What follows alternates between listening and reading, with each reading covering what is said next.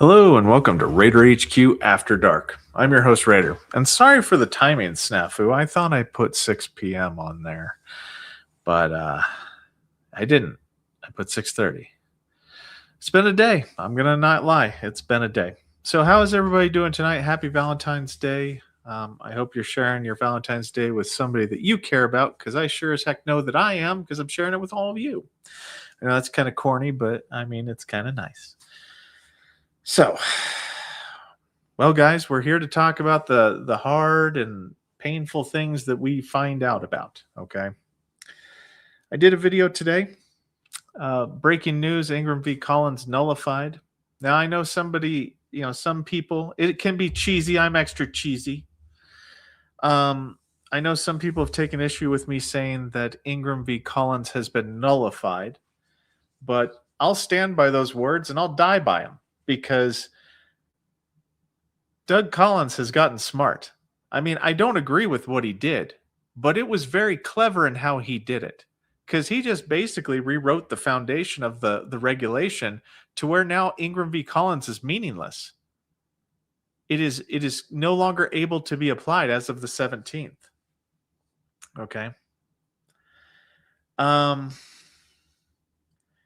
know that some people, I have complaints. I have concerns.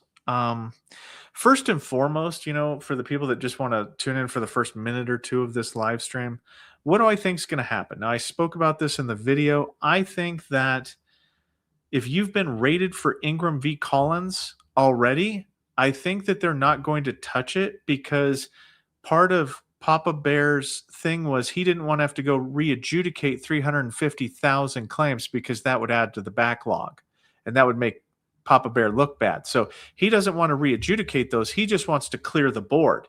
And by changing the regulations to where Ingram v. Collins is nullified, to where medication cannot play a role in the the beneficial effects of medication cannot play a role in the examination, CMP exam, he clears the board. So I want to just kind of talk about this a little bit, because a lot of people have gotten this wrong. You need to respect your enemy. And I don't think Doug Collins is my enemy, but it's just kind of, we're adversarial currently on this topic. And you have to respect him, because it was a high IQ move, because now Ingram v. Collins is useless. I mean, yeah, there's people that are rated for it, and I don't think that those ratings will be taken away at all, because he doesn't want to adjudicate it. So he gets to just essentially win. It's a power play, in my opinion. So I think that it's going to be, I know that some people have asked a lot of kind of odd questions about like BDD claims. If you have a BDD claim and if it ends after February 17th, then you'll probably get rescheduled for a new exam to do an exam without Ingram v. Collins. It's just the way it's going to probably work. And then there were people that were talking about mental health and other things. And guys, I want to tell you that mental health, taking your meds versus not taking your meds, doesn't factor into your mental health equation. It has to do with the symptoms that are manifested in your records and at the time of the examination. That's all that matters. Ingram v. Collins was about musculoskeletal conditions and the fact that you were taking pain medication, and the pain medication improved your natural limitation of motion due to pain. That's what we were talking about with Ingram v. Collins. And you can't generalize it to other things. Now, I know that the two sentences that were added sound pretty scary, but all it means is that they can't use, like, I don't know, I take lithium and I now don't have hallucinations. Well, you technically do have hallucinations because you're taking lithium. It's still able to be checked. So I know that that's going to freak a lot of you out. I get that. So that's why up front, I'm just saying that, like, look, if you have a rating decision, you're fine, unless you do an increase for it, or unless some kind of act of God situation happens. Like, you're part of the Philadelphia Review or something like that, where somebody made a mistake. Like if there was a clear and unmistakable error on your claim that for some reason draws it back into the rating process after February 17th, 2026, then yeah, you'll probably have to be reviewed under the new guidelines. And it sucks. Is sound keep cutting out? I got to check that. Is the sound fine?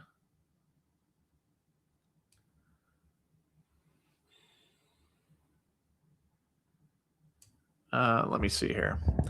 Sorry, my dogs have been dancing around a little bit and they keep hitting my microphone. So this is puppy power, to say the least.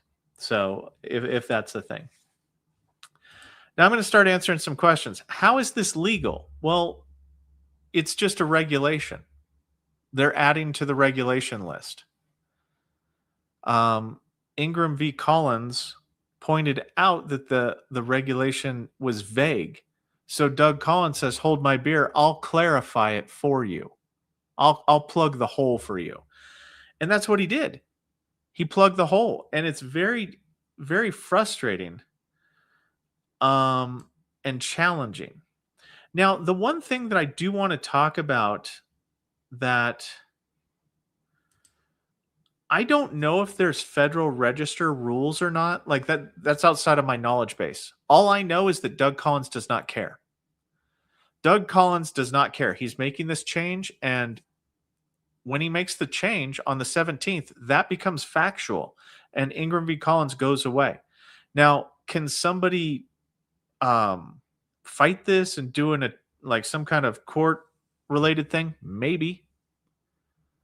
But the fact is, it will be turned off on the 17th. To get it turned back on will require some legal adjudication. And let me tell you, that's going to be an uphill battle because the VA has every right to add sentences to the CFR. They change the CFR all the time. Doug Collins does know. I'm sorry. No, Doug Collins knows. They're don't get that twisted. Papa Bear knows. Okay. Medications can reduce your symptoms. Yeah, they technically can. But that's never been a way that it has been reviewed for. Okay. It is all mental health has always been how do you present in the here and now? They've never accounted for medications like that for ratings. Let me see here. And this could be it. I mean, but those attorneys did not go without some kind of direction. There was direction by Doug Collins. Full send. It had to be because those attorneys cannot just add sentences to the Federal Register. It's not possible. So, I mean, we're kind of in the guessing game here. So, I mean, I don't want to. This is a lot of this is speculation. So, I'm going to pull up that register right now.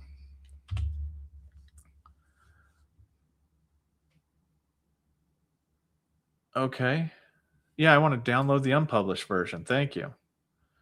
Oof. They went and changed it though. I don't like they changed it. The link that I put in the chat is not the same as it was before. Oof. I think they saw the backlash.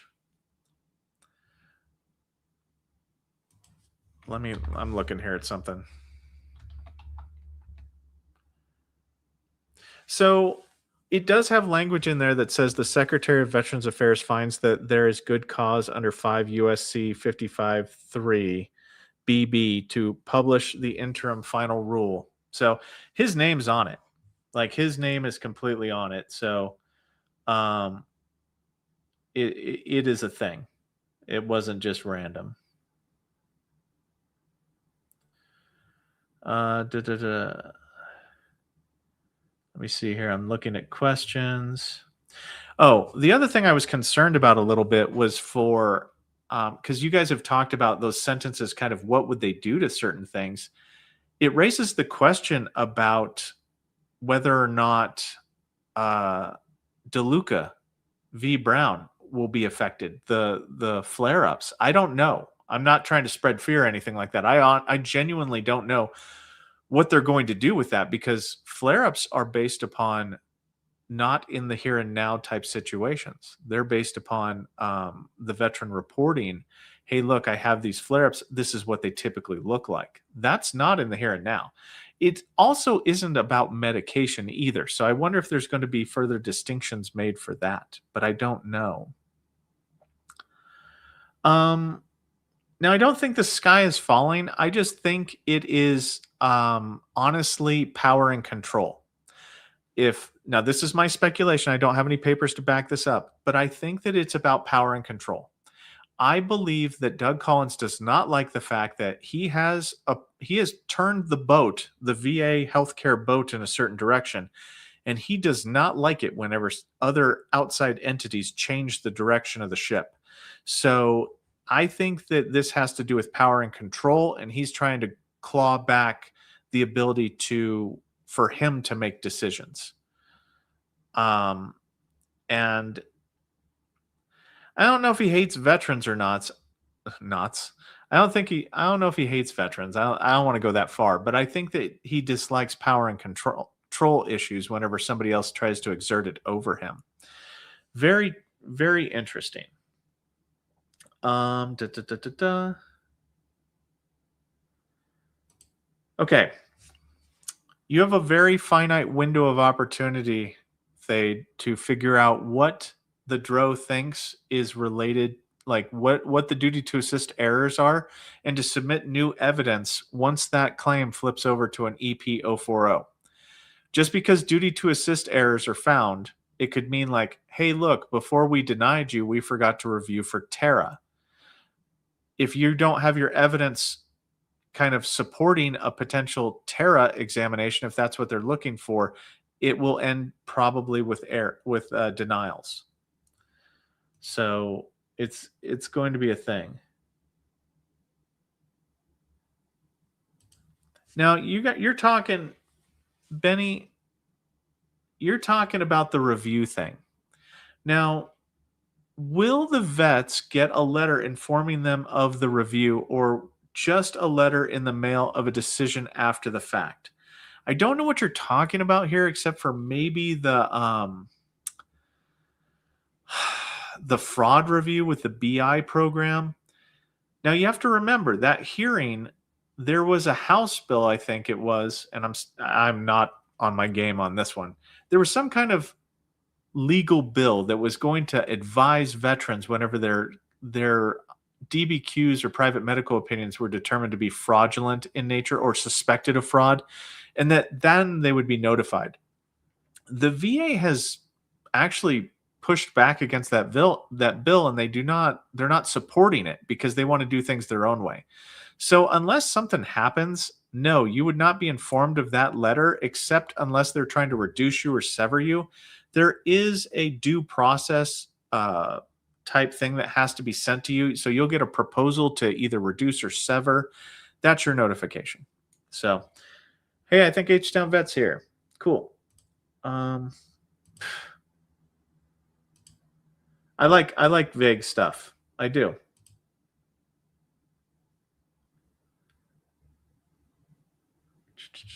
I'm scrolling down. Okay. Yeah. I mean, Doc Shelley, that's situational. I mean, I wouldn't generalize that to everybody. It's going to be situational. One of my last few higher level reviews, with the help of all the education you provided, of course, I had a ton of medical evidence. I now will start the long path of VA accreditation. Awesome. Awesome. That's cool, man. Da, da, da, da, da, da, da, da. I don't know about this one, Flexman. I don't know if people would rather be sicker just to get the money. I don't think it's that. I think it's the uncertainty that a lot of people have whenever the VA starts changing the rules. Like the majority of veterans are like, "Hey, wait a minute. I you 10 minutes ago this was a acceptable practice and I was rated under this acceptable practice. And you said that that was a genuine rating. Are you going to keep your word?" Flexman, I think that's what most people are upset about, to be honest with you, is that uncertainty, that level of frustration and uncertainty with having to prove how disabling the circumstances are, only to have the rules changed out from under them for some arbitrary reason. Because we don't know what the reason actually is. I mean, he listed 4 points on there, but um, the uncertainty is what's killing people. It is. I don't think it's people trying to be disingenuous or anything like that. I mean, there are probably some people out there that are disingenuous, but the majority of the veteran community only gets frustrated whenever the rules change like this for no meaningful reason, right? Because Ingram v. Collins had a very good point. That's why they won their legal point. That's why the case was won I would say, the overall benefit of the veteran community. But now the VA wants to change it because they don't like that outcome. Heads I win, tails you lose. Nobody likes that. Okay? We don't like that in any context of our lives. And I hate to speak for other people, but I guarantee that the majority of people do not like it when things get arbitrarily changed. Like, hey, look, your property taxes, we're going to change that. Not in your favor. Like nobody likes that, man. So we don't need to attack each other as much as the process. Raider, please help me. So my MST PTSD claim was denied because they said they couldn't validate my LES when I gave them a date, obviously on my LES in my higher level review on Tuesday. Can they change it? I gave them a date, obviously on my LES. The DRO can potentially change it. They can potentially update the information if need be, and they can actually take that evidence and potentially say that they're the veteran was being paid at that point in time. So yeah. Does anything happen to someone who was rated 100% back in 2010, trying to learn more to help vets going forward and to get information so now know how to help? Does anything happen to somebody? Well, I mean, you're just racking up time on your 5-year rule, 10-year rule and whatnot, and you're just trying to, oh man, that's going to beep all night long.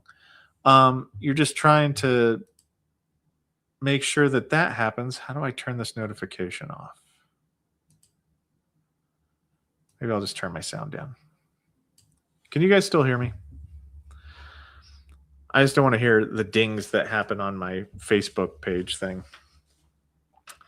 But I think that one of the things that like if you wanted to talk to other veterans about things that you could focus on after becoming 100% total and permanent are all the benefits that come with that.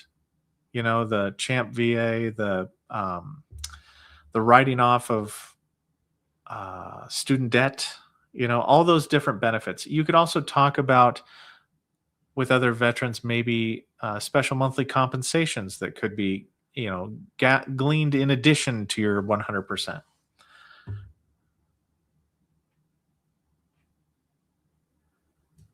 I've only had like one ding, man.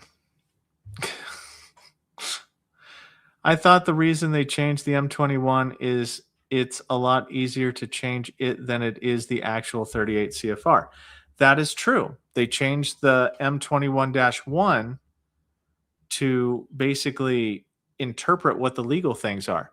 However, changing the M21-1 would not do anything to nullify Ingram v. Collins. You have to change the 38 CFR that Ingram v. Collins was based off of in order to nullify Ingram v. Collins. So they went to the extraordinary step to actually alter the 38 CFR so that way Ingram v. Collins has no teeth, can't be applied.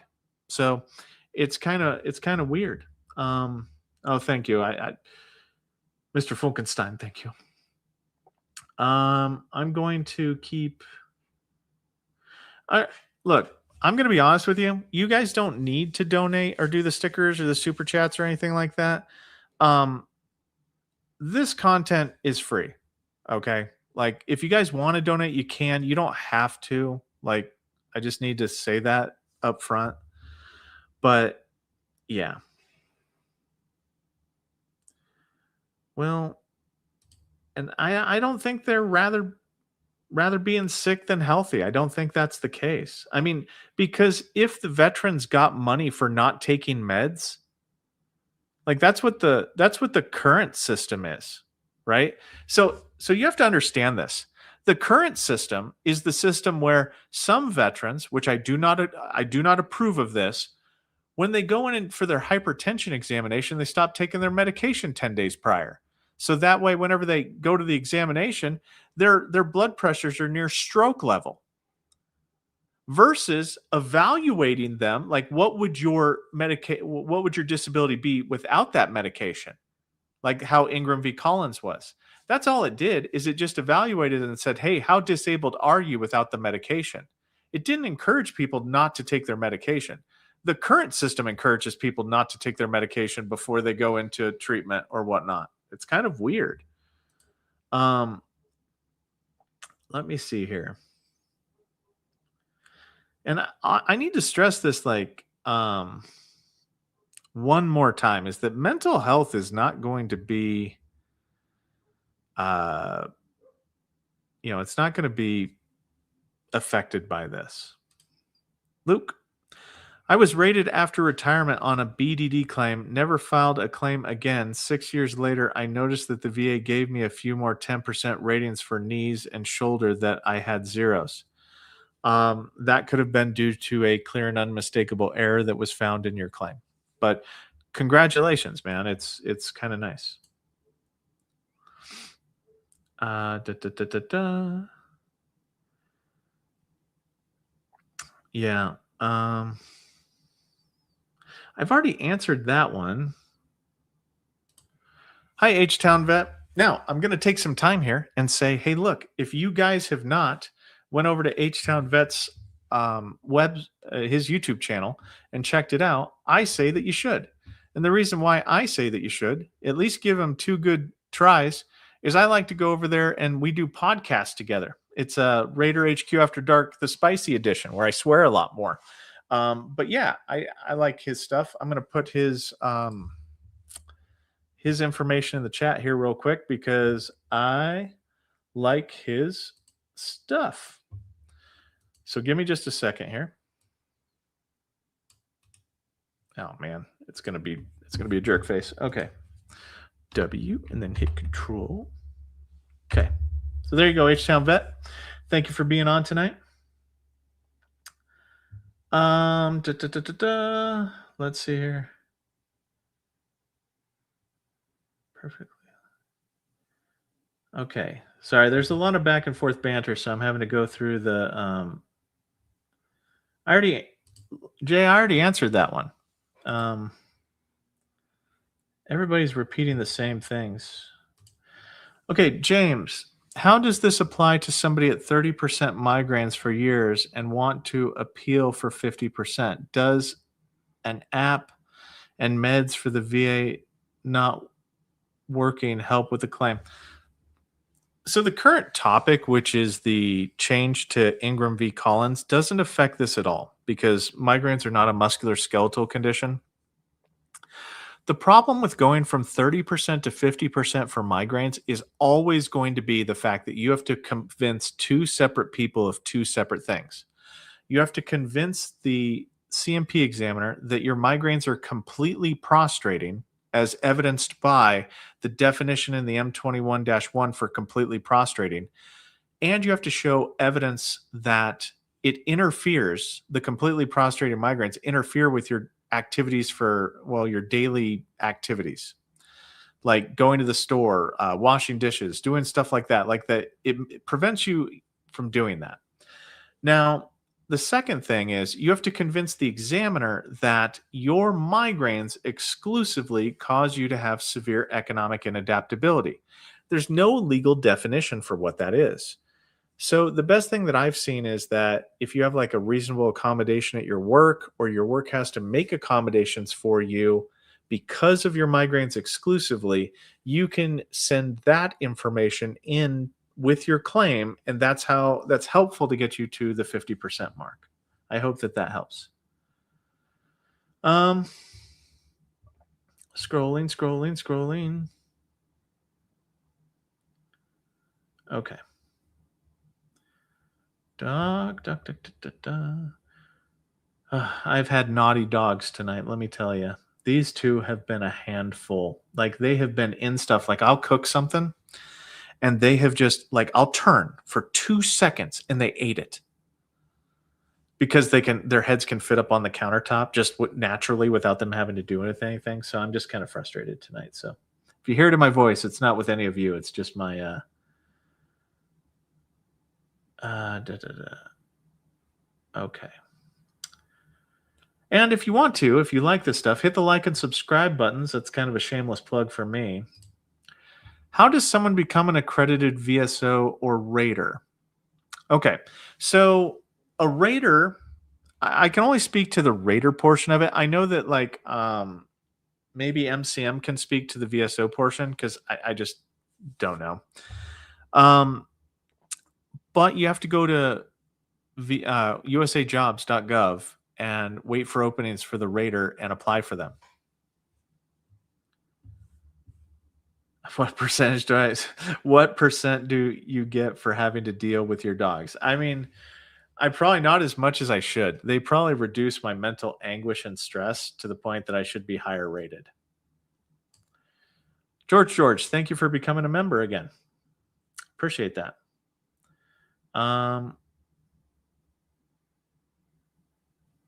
The 8940 for TDIU. So the 8940 form for TDIU, it actually, the form itself, not so much weight at all. The thing that they look for is the rater needs to know what your previous job duties were, and then have an economic impact assessment from the CMP examiner in order to show what you can and cannot do related to your disabilities listed on the 8940. So it can be a little bit challenging. This is TDIU's decided by the rater, and that's usually just a horrible recipe for everything, because you'll get people that, number one, have never done your job before. They don't know what your job duties are. Veterans oftentimes don't submit their job duties with their TDIU, so the rater has no perspective on it. They just go, the examiner says, well, the veteran can do sedentary work. And what they should do at that point in time is look back and say, okay, is this veteran's previous job sedentary in nature? No, it's not. It's completely not sedentary. Okay, then I'm going to grant TDIU, because yes, you can do sedentary work, but you lost your job because you couldn't do the work that was needed for that job. So unfortunately, veterans don't prepare well for TDIU. I should probably do a video on that, but let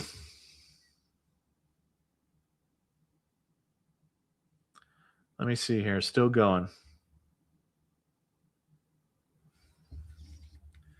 Because the PACT Act. Now, this is an interesting take, Paul. I think they changed it because the PACT Act opened up the government's pockets and they didn't think about an endless budget. I mean, the PACT Act, if that were the case, I want to reason this out for a second. If that were the case, then they would attack the PACT Act. I can tell you, I'm not going to share it on this open mic, what they could do to drastically limit the granting of PACT Act related conditions without having to do any changes to legislation or anything. I could name one thing that they could do that would basically have all claims come to a screaming halt for PACT Act. But I think they made this change. I think it honestly, my official guess is power and control. They want to wrestle power and control back to the VA. They want to control the narrative because it seems like they want proof, proof, proof, proof. Like they want more proving. They want a longer amount of time of proving. And if you read that Federal Register entry, it talks about how the unsubstantiated symptoms and having to research it's like they don't believe it. So they want more object permanence where they want to be able to see it. What is it? Is it this? Is it that? What is it? Raider, as to the 100-mile rule, research shows me that started in 2020. What does that mean when they analyze the DBQs? It basically, okay, speculation. What it's going to be is a potential indicator of fraud. It will likely be used by the BI tool to put a claim that where the examiner and the home of record of the veteran are over 100 miles, that's one facet to this. You're going to go into a box. Your claim's going to go over here and it's going to be under further scrutiny. And then if everything checks out, it goes, everything's fine. No harm, no foul. But if it under that further scrutiny, I think what's going to happen is if they find further evidence, then it's going to go further down the chain towards the OIG. And they're going to do whatever they do. It's going to be hard to determine that. I'm diagnosed with Meniere's, anxiety, and depression, and was recently diagnosed with OSA and issued a CPAP. Is it better to claim OSA secondary to Meniere's or to my mental health conditions? This is going to come down to your evidence, Zero. I can't, are you talking about statistically what makes more sense to me personally having rated claims? That's a very limited scope of information. I'll tell you right now, I have never heard of anybody ever being granted secondary to Meniere's.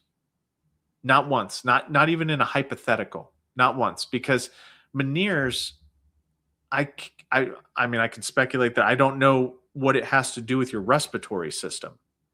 I know it has to do with the auditory system, but I don't know what it has to do with the respiratory system. Claiming tariff for heavy diesel exposure in 1986 in GLCM missile security police for lower extremity neuropathy. Thoughts, please. EMG shows severe neuropathy. Okay. You got the diagnosis. You got the exposure.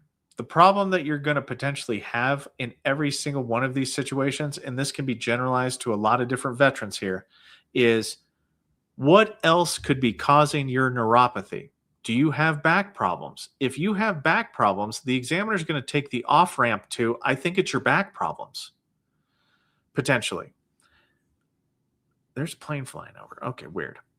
And then we look at sorry, there is a plane. Nope, it's a helicopter. And it feels like it's landing on my house. Okay, so that's one of the things that you have to look for is what are the other potential causes, right? Did you have an injury? Did you have a surgery? Did you have whatever? They're going to be looking at that. So no back problems. You'll have to do with continuity at that point in time. When was the projected exposure? When did that happen versus when did it start to manifest? If that time period was a long stretch of time, you lose the examiner and they're like, look, I can't make that connection. So diabetes is another one. Yes, Robert, that's true.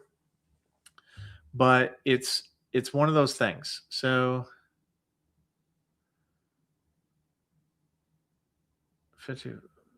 Okay, I'm just going to keep going. I like this one.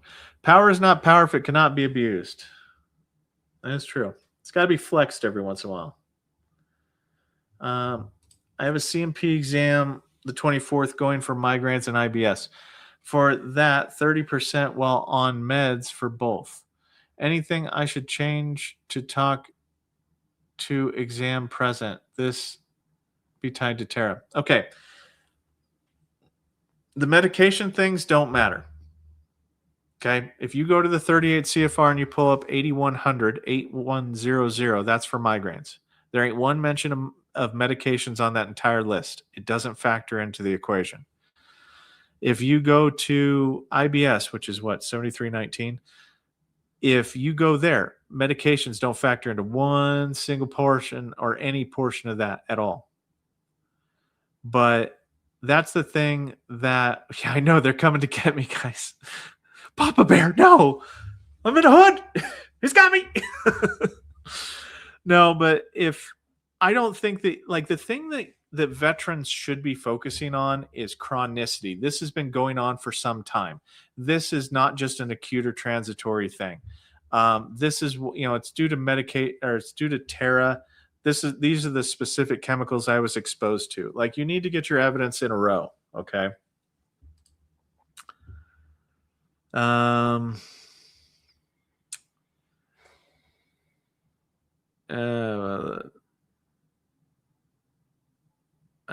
You know what? Why not? Okay.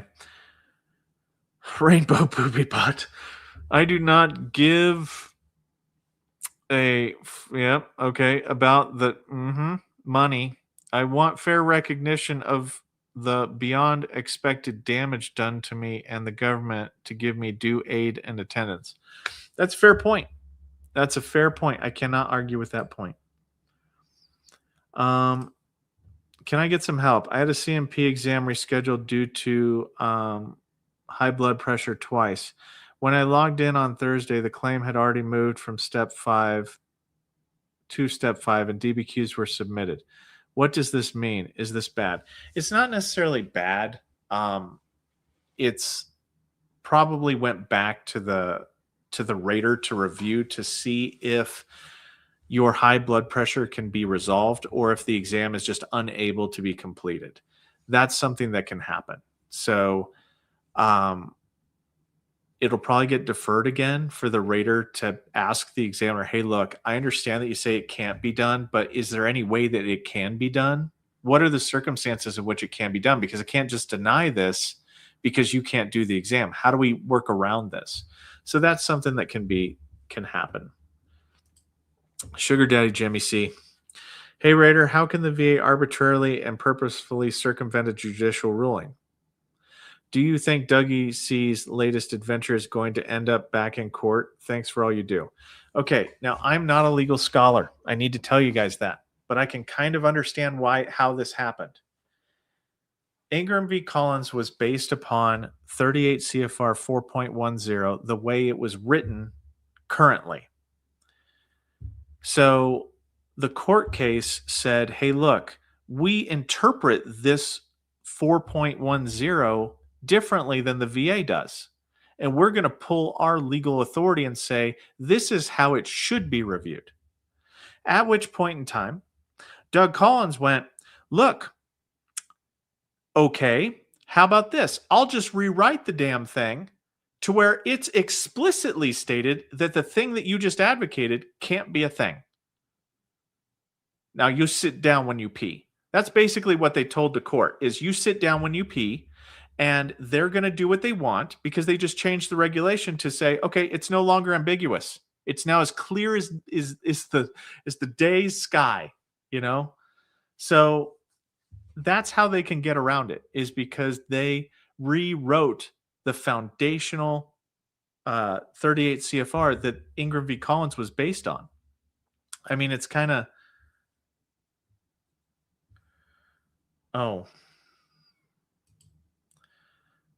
what do you do if your VA doctor okay, I don't know what that means.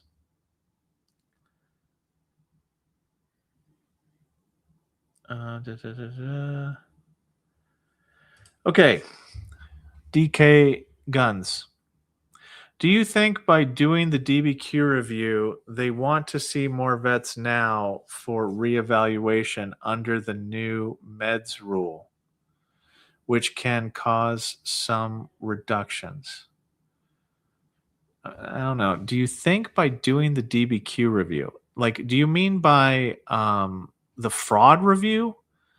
They want to send more vets now for reevaluation under this new meds rule. I mean, I don't want to get conspiracy theorist on this. They could be intertwined in their kind of what they're doing, but I think this has to do with two different things. I think And sugar daddy, if it goes back to court, it doesn't have a leg to stand on. They've changed the rules. It now says it. What are they going to say? Because Ingram v. Collins was to relieve misunderstanding. They've cleared up that misunderstanding. They did it. I mean, I don't agree with them on it, but I don't think that I don't think that this is cumulative. I don't think that this is a combined thing. I could be wrong on that, DK Guns, but I don't think that it's nefarious that far, because there are other things that they could do to be much more nefarious than what they're doing. Let me tell you, I can think of some things, and you don't want me to say them out loud. I do not want to give Dougie any ideas. If I have an intent to file, date going on 6 months now, when I go to submit my claim, will the new change affect my claims? Okay. Roman, the thing I need to tell you on this is the claim has to be submitted before the new changes go into effect for like the mental health, the sleep apnea, the tinnitus thing. The claim has to be in effect. The claim has to be submitted prior to the changes going into effect for that. I'm going to tell you guys, it is hard and challenging to figure out which dilemma we're talking about here. So if you could put like maybe in the comments section, and I know I'm probably about 30 minutes behind the comments, but if you could just put in the comments what it's related to. If it's related to Ingram, just put Ingram question, Ingram in the question. Or if it's due to the fraud, just put fraud in the question. Or if it's due to the mental health changes type thing, just say changes. Yeah, I'd submit it as soon as your evidence lets you. If you're waiting on some critical evidence, then I would wait on it until you get the evidence. But if the changes are about ready to happen, I'd file it before the changes go into effect. My dog is snoring. Can you guys hear my dog snoring? She is just over here just destroying. Hey, come on. Wake up. Stop snoring. She's got sleep apnea, guys. I'm going to send her in for a sleep study test.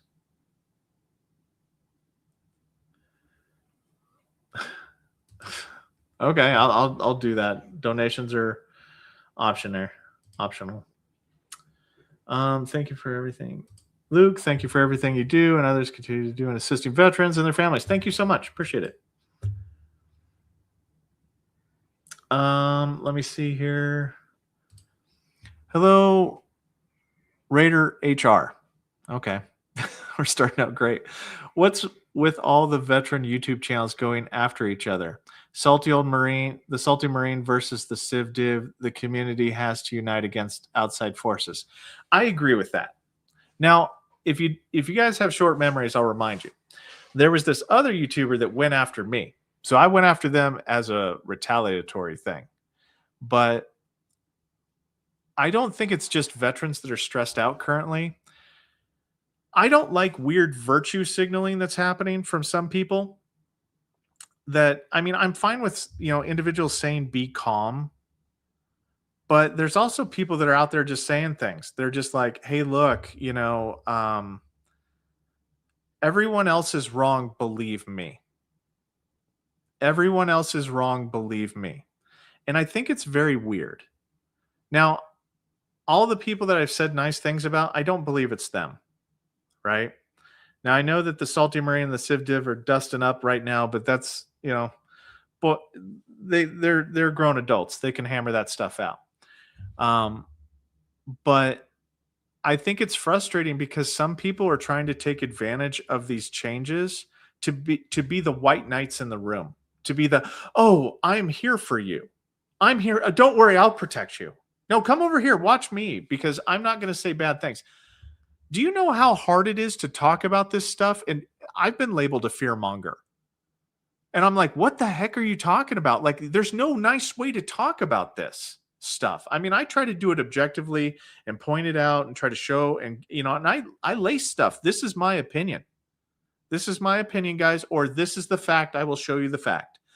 And here's my opinion on the fact. But I don't know, honestly. There's a lot of stuff with many different things. There's people labeling all people that have claims companies as bad people versus, and I don't agree with that sentiment. That's just a personal thing. I think that some, companies like the 5 times companies, like they can fall down all the stairs. That's just my opinion. But I get labeled as somebody that's coercing veterans and I'm doing something wrong. Like I get that label and it frustrates me. So I just don't, I try not to lash out at people, but sometimes I do. And, it happens. But it's the internet. There's people suck in all directions on the internet. I'm just trying to put out as honestly as genuine as information as I can to help veterans to file claims. The VA is doing their own thing to change things currently, and I've got to report on it sometimes. I don't like reporting on it because I like to report on this is how it's rated, this is how we do this is how we do that. But so I don't know. That's just I wish we could unite, but that frustration's got to go somewhere, and it seems to be just, being taken out in all directions. Luna needs a dog treat. Don't tell her that. She'll make me run to Dutch Bros and get her a pup cup.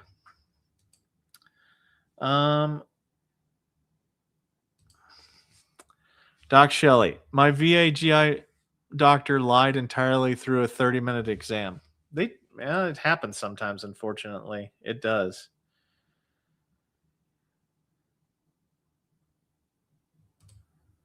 Have any of you heard of ICP?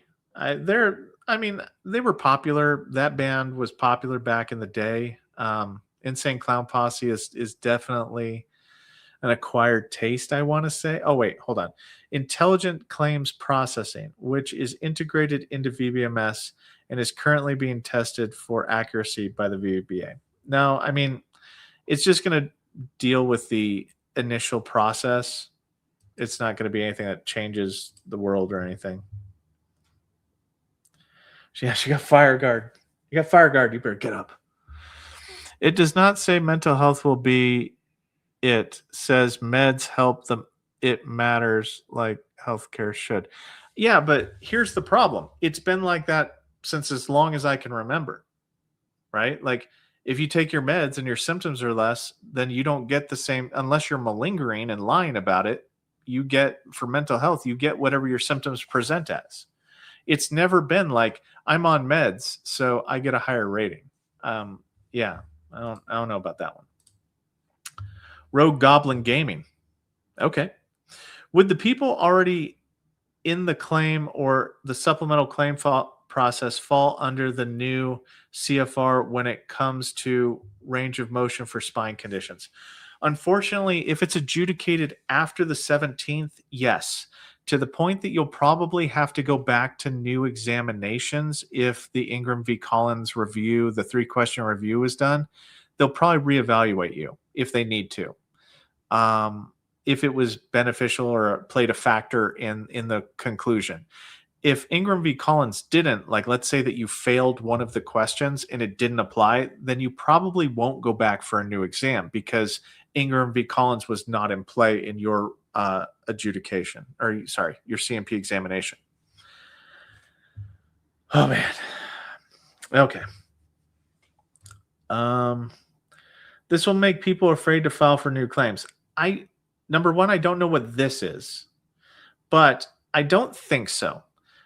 What it should make is it should make veterans have to be more diligent with their evidence, more diligent with how they organize said evidence, and more diligent in understanding how the process works in order to make sure that when they speak to the CMP examiner, that they fully understand what is being asked of them. What are the expectations during the examination?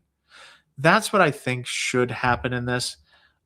There's a lot of different moving parts with like the fraud portion. I think that might have a chilling effect on going to private DBQ companies.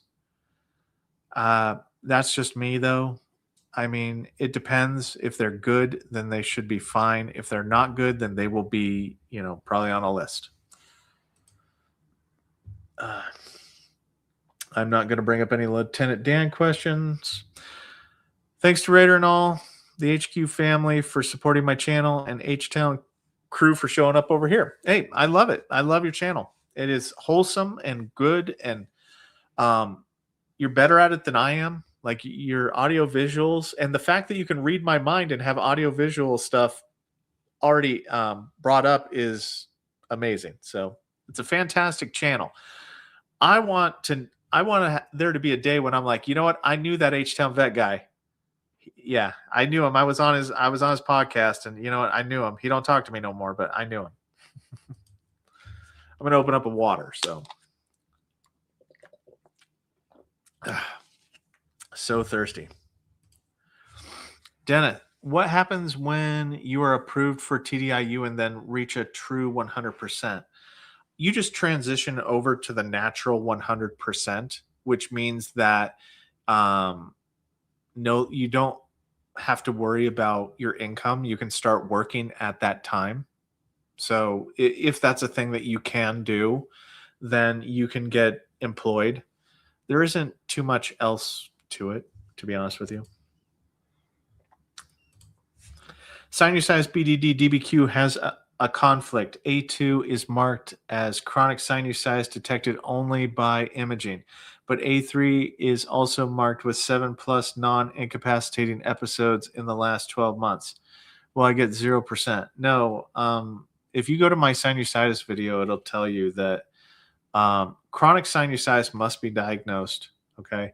And then if you have a certain number of non-incapacitating episodes, that's part of the requirement. But you also need like the painful sinuses, you need the headaches, and you need the purulent discharge or crusting. There are many requirements to this Royale with cheese, so you need to go look up those and make sure that those were checked also. I saw you had a question a couple minutes ago, but it tapered off. It ended with A, the examiner A, and I didn't actually understand it. I'm 50% for migraines. I have been to the ER 3 times since September because they're so bad. I'm sorry, Corey. That sucks, man.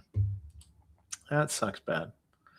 A lot of crosstalk, guys, so there's going to be some downtime here with the talking. There we go. Sacrifice? Okay. What do you suggest? No? Okay. What do you suggest does once they are receiving SMC? Any advice?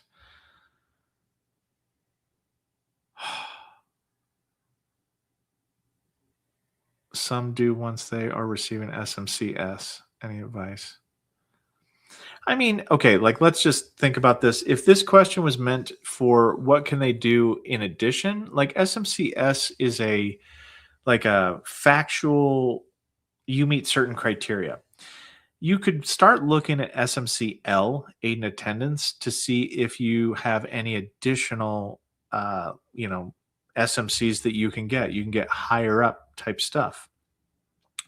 You can also look for ancillary SMCs like SMCK, for erectile dysfunction, if that's something that you have. I mean, if you factually have those things, then yeah. But once you get SMCS, that's you've won veteran bingo, I guess. I don't know. You're pretty much maxed out unless your evidence supports you to have anything else.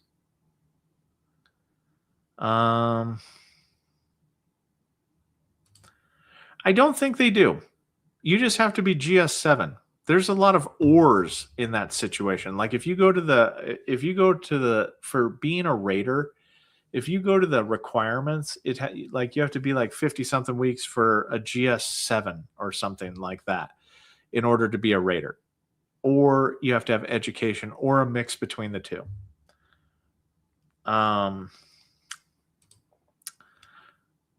I can only do self-employment. So how do I show that migraines make it extremely difficult for me to work consistently? My migraines happen 1 to 3 times a week. If you can show that, like economic impact assessments, if you I would probably get buddy statements reporting that you've had to rely on other workers, like depending on if you're self-employed and you have staff under you, maybe having those staff members report how many times they've had to take over your workload. You could also have spousal statements or other statements that say, hey, look, we have had financial hardship because a 40-hour a week cannot be attained because of the migraines. They've only put in this much time, this much effort. Because of the migraines, it has impaired the earning capacity of the veteran in some way, shape, or form.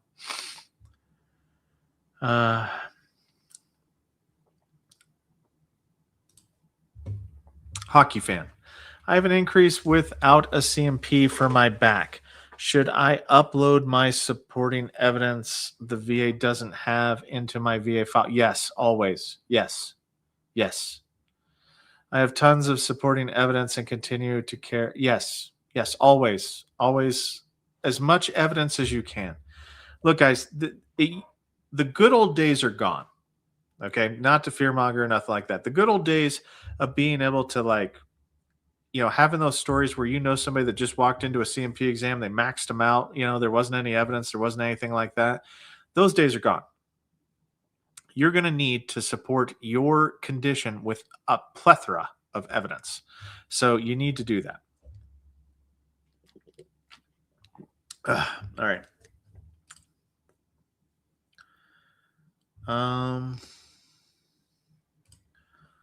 Applied for OSA secondary to PTSD less than 2 weeks ago. Now I have a CMP exam February 20th. That's fast, and never heard of virtual exams.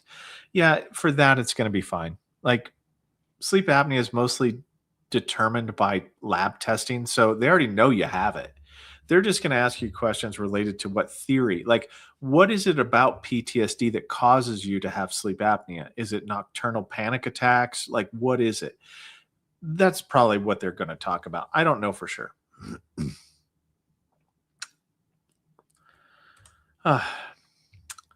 JSMC, just thankful to have you on our side and for what you do. Well, thank you. I appreciate it.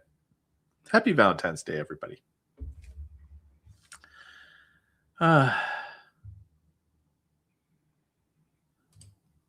Dennis, thank you for becoming a member.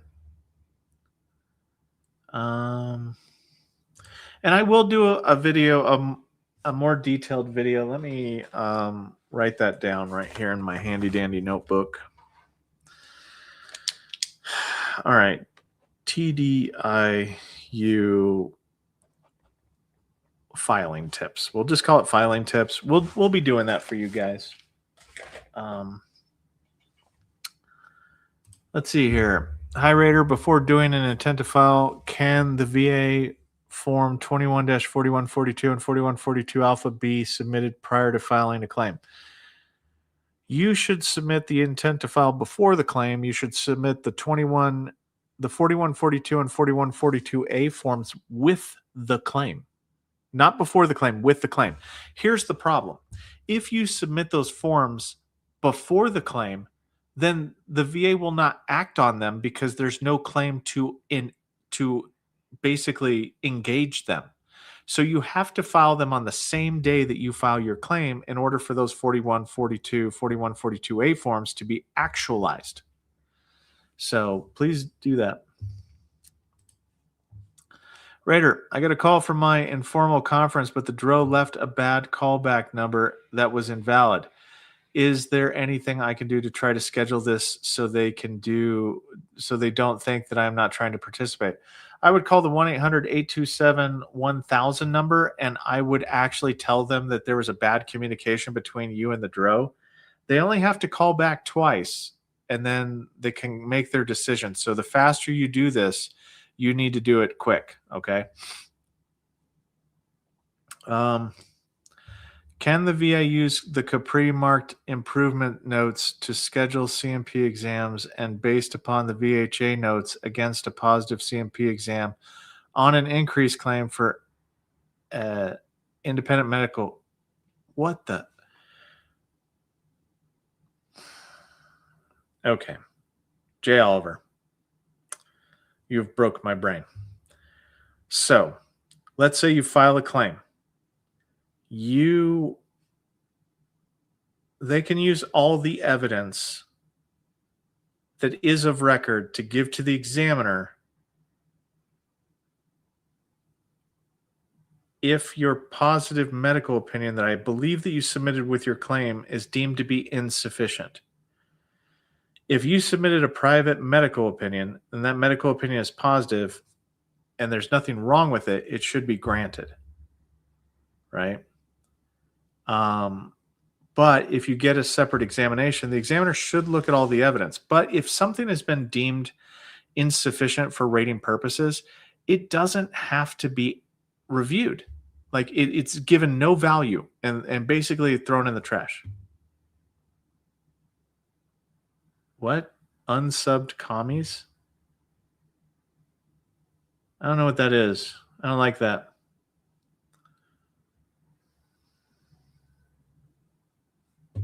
What are you talking? Doc, what are you on about? What's going on? What's happening here? I don't know. I don't know what's going on.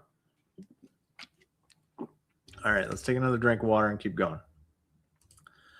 Todd, any advice for veterans seeking an increase for a musculoskeletal condition that has worsened going by the new 4.10 language? It's going to be rated based upon the range of motion. So painful motion, 10% minimum, 20% for shoulders, but everything else gets a 10% minimum. I would look up the 38 CFR for the condition, see what it takes, and kind of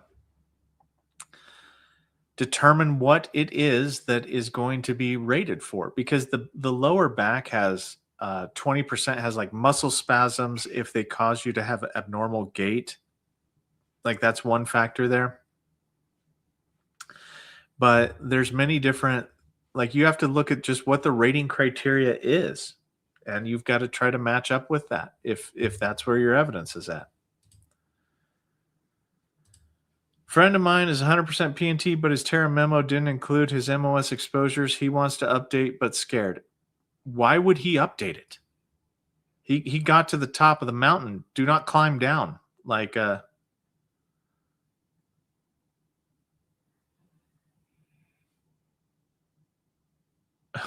my gosh. Sorry, Robert. I'm so sorry. But you know why they're doing it, right? Like they're doing it because they're worried. We'll get down to that question, but I wouldn't have him touch anything, Craig.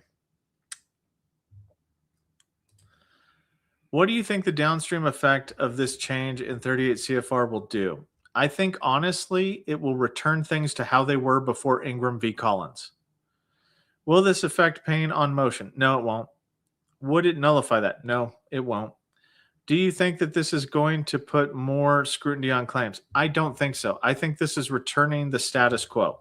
That's what I think. I think it could have some negative indications, but I think those are going to be situational.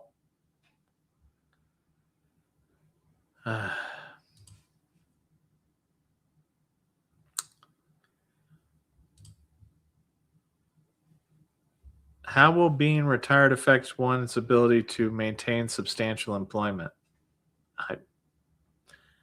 If you're talking about TDIU and you being retired and trying to do TDIU, there's no dilemma there. They go with what your last job was and how your disabilities affect your ability to do your last job. Age isn't a factor. I don't know if that answers your question, but that's Zoe, please wake up. She's just judo kicking my desk. She's asleep. One of two. Raider HQ, rated appropriately for cervical and thoracospine, but after the fight it took to get there, I never want to go through that again if possible. I'm sorry to hear that, man. I honestly wish that, it wasn't like that. It shouldn't be like that, to be honest with you. Hey, U.S. Army Grunt. Nice to see you. Happy to have you here. 2 of 2. That said, degenerative disc disease is a part of that rating. Does claiming arthritis in other joints, shoulders, knees, open up the spine again? Yes. These would be secondary to Hashimoto's. I wouldn't touch it personally because degenerative disc disease, it would depend. If your injury is due to, or well, if your degenerative disc disease, if your spinal condition is due to an injury, you can't get the arthritis that spreads from joint to joint. You would be considered having, um, uh, was it post traumatic arthritis? Sorry. Um, Mr. Ray, VA sent development letter. I can't see it online. Why? I've got no clue. You'll probably have to wait to see what it is. You could call up the 1-800-827-1000 number on Monday or Tuesday, sorry, and actually try to see what that letter is. Have them give you the title of it.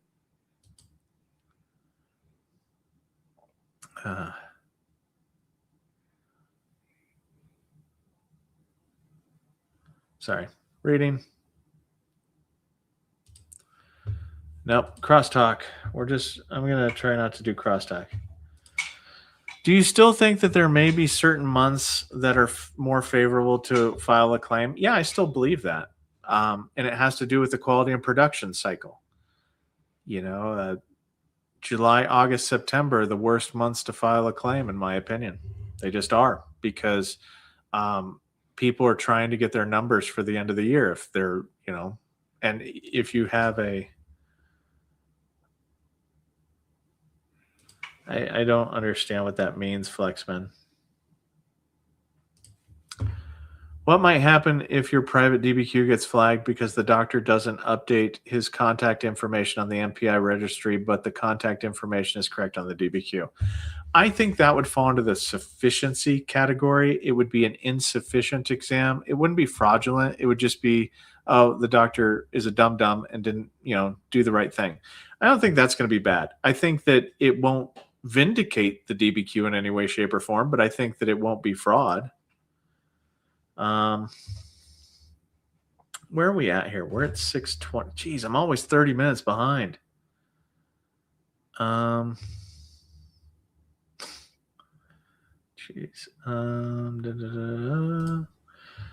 Hubby, 20-year retired, PACT Actera, Gulf War eligible, slew of exposures and asbestos, work to get diagnosis from breathing issues, weight gain after service connection, back to injury, CPAP after service, best way to service connect OSA. If weight gain is a factor, weight gain is always going to be the hardest and the easiest one to get service connected. Because if your service connected disabilities cause the weight gain, you have to prove that. So there's two different medical opinions for the intermediate step of weight gain. There's the first one is you have to prove that the service connected conditions cause the weight gain. And then the second medical opinion is, did the weight gain cause the sleep apnea? So that's how I would go with it. But it's the easiest, hardest one to win. 90% all static, all done with claims. Should I sleep okay? Correct. Nice work. If all of your stuff is based upon truth and fact, sleep well, my friend.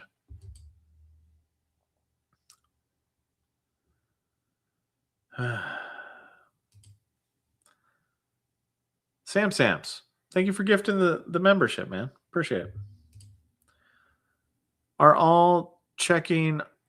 they checking all private DBQs or just the one? They're going to go through all of them. And that program will be utilized moving forward as part of the normal screening tool for private DBQs. I hope they get it right. Sams, I heard Doug Collins orders his steak well done.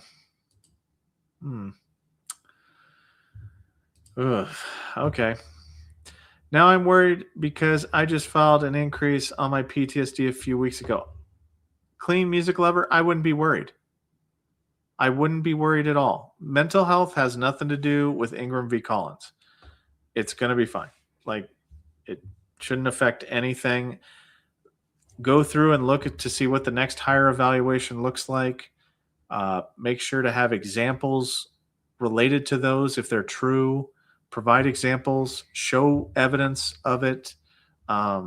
Just make sure that you fair and truthful, and you should be fine.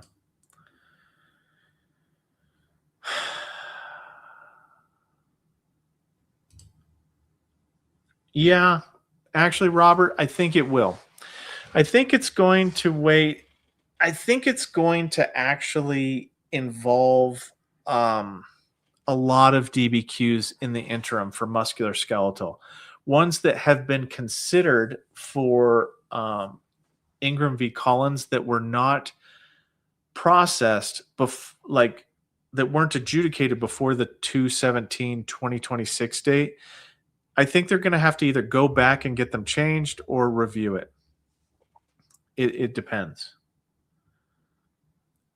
So you're going to see a lot of uptick in deferrals to have raters say, hey, look, we need to take Ingram v. Collins off of this.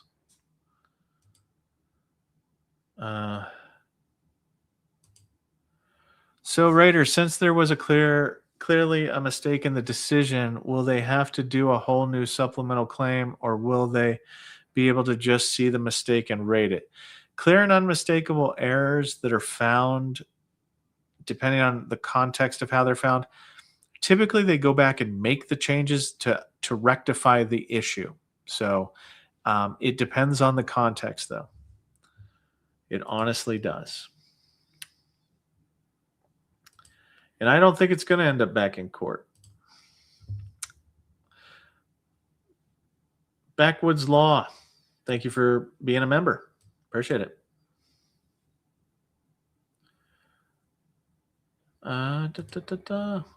Mike, thank you for becoming a new member. Appreciate it. So veterans have no recourse with the courts after this 38 CFR change at all. In my opinion, no. Now, am I a legal scholar? No. If a lawyer comes on here and tells you something different, believe that lawyer for as far as you can throw him. But I'm going to say no, because if they fix the language and they make it airtight, there's nothing to appeal. What do you appeal? Like, how do you go about appealing it? The VA doesn't have any right to change the language. Yeah, they do. They have every right to change the language. That's their language to change. That's their wheelhouse. Now, I do agree that they're going about it in kind of a quick way without, doing all the policies and procedures. And some attorney might be able to put the kibosh on that for a short period of time. But I don't think that it'll hold up. I mean, it's a matter of time before it goes through. But I'm trying to tell that dog to wake up. Zoe, wake up. You've never been as tired as a Great Dane that slept all day. I mean, don't you growl at me. I'll stop this. I'll stop this live stream. Come over there. How dare you? All right, let me scroll down here a little bit more. And it's not Luna, it's Zoe. Zoe's laying next to me right now, just grunting and growling at me and being weird. I just finished watching your video on the changing the rule and the part about interim and the public. I am like you. What public?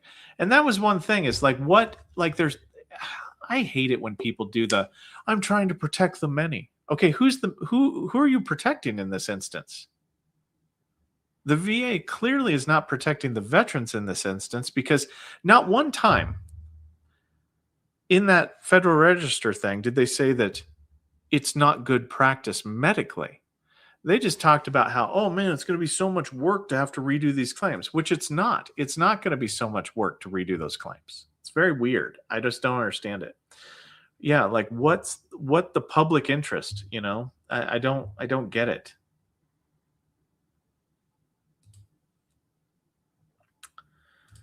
I recently decided to make the VA my primary care health provider after 25 years at 10% now that I upgraded my ratings, but now that it seems the VA is out to get you, should I have?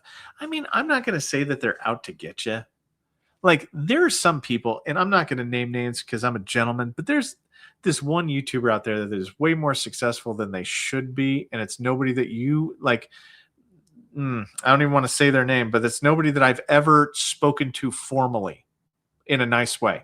So this is somebody else. And they go out there and they make up these stories like the VA is going to start a claim based upon you having gotten better in your specific, treatment. No, they're not. It's not going to happen. There's no way for them to do that. I don't know. It just frustrates me. But no, you're fine. You should be fine, man.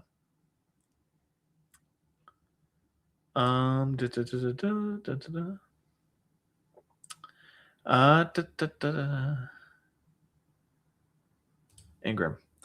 I just had a CMP for my lower back this past week. Is it possible I may have to do another? It is possible. Yes, that might be possible. And if you have to do another one, that's why.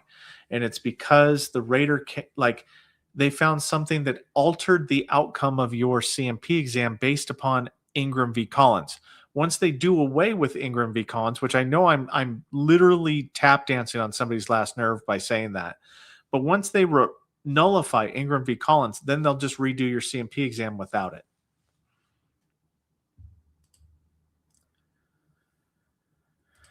Ken, in the previous live, I thought you said for mental health, the diagnosis and filed claim has to be done before the changes in order to get rated under the whole old criteria.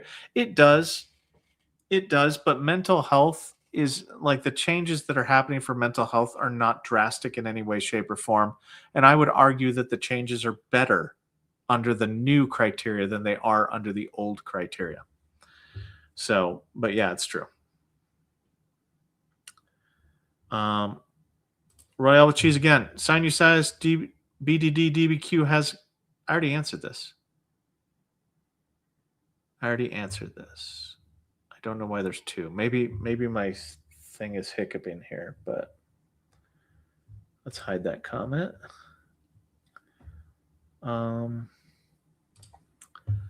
Hi, Raider. Rated for PTSD July 25th, but the CMP exam was disconnected multiple times due to weather in the examiner's location. I have my independent medical opinion DBQs. Should I submit a supplemental claim or a new claim for an increase?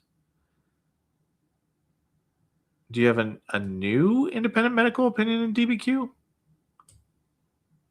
I would wait to see what happens and then after that decide.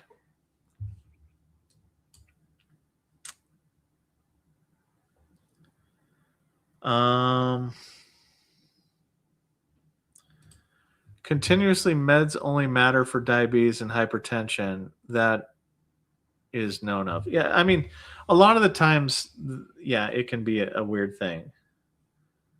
Clean music lover. Ingram v. Collins, I just have to submit lay statements. I've been on several meds and none work. Okay. Then it's going to come down to, based on Ingram v. Collins, it's going to come down to your raw, like whatever the rating criteria is for it, whatever your range of motion is. Obviously, painful motion, 10, 20% of the shoulder. But anything else is going to come down to whether or not your evidence meets the criteria. I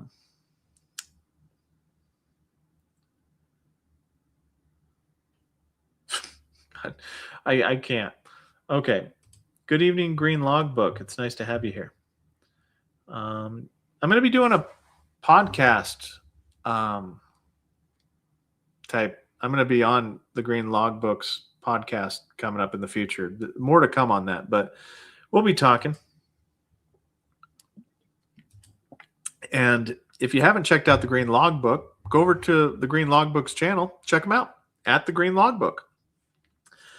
Good stuff. I actually liked the video about the, gosh, what is it? I've got it saved here. The home. You were interviewing the gentleman that does the EBIE travels for the schedule. I want to say Schedule A travels. Anyway, yeah, I digress. Hey, Raider, this is for a treat for Luna. She's going to be 800 pounds, guys. You need to stop with the treats. P.S. Quick question. You know why supplemental claims don't show progression on the VA app? I honestly don't know. That the VA app side of it, like the veteran side of it, is something that I don't know. Space aid travel, that's what it is. Um, Sorry, I was thinking of something else. But yeah, I don't know why it doesn't track on the VA app. I know it does track. It should track on the va.gov website, though. It should. Every single one of mine have.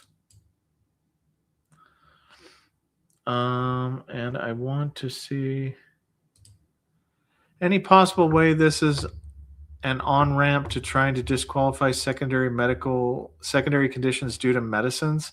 I mean, it. I don't think it is, because there would be easier ways to go about that, to be honest with you. So I don't think that it's that nefarious yet. I don't have any evidence to support that, so I'm not gonna. I mean, it would be easy for me to shake the scary tree, but I'm not going to do that on that one. I think this more has to do with Papa Bear being concerned about power and control and wanting to be able to do what he wants with the VA. Like, if he wants the ship to go this way, it should be going that way. I just wish personally, now this is me talking to Papa Bear now. I just wish, Doug, that you would spend this much energy, that you would move heaven and earth like you just did with this changing of 38 CFR 4.10. I wish you would do that in ways to make the veterans experience better. Do long form narratives, you know, make it to where new and relevant evidence or is not so mysticism, you know. I wish that you would go and do things like holding your own CMP examiners to the same level of accountability as you appear to be holding the private ones. Easy stuff, right? We don't need to move heaven and earth. We just need to do some things for veterans. Because I'll tell you right now, the dismantling of Ingram v. Collins doesn't sound like it's pro-veteran at all. At all. That's just my opinion. I don't have anything.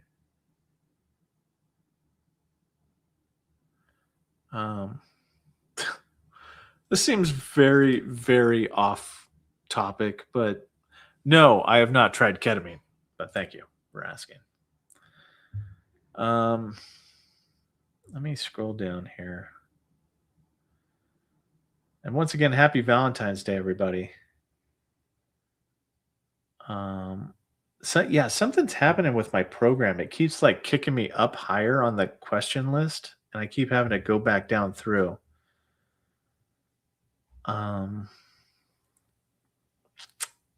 Sorry.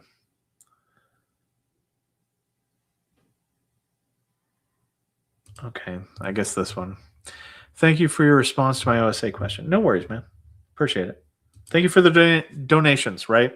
All you guys have to do is like and all you have to do is subscribe. That's all I ask for. The donations are obviously, you can do that if you want to, but you don't have to. And I'll agree, San Diego Marine, there is too much rage bait between the veterans channels. I'm trying to stay out of it, even though I am guilty of doing it one time myself, because if you call me a racist, I've never said a racial thing in my entire life on here. I can't speak, when I was a kid one time, I didn't know what a person from Southeast Asia looked like, and I started asking questions, but that's a childish thing. But in my adult life, I try not to be. So I didn't like it too much whenever I was called a racist, even though I've never said anything racist on here. I just drives me nuts.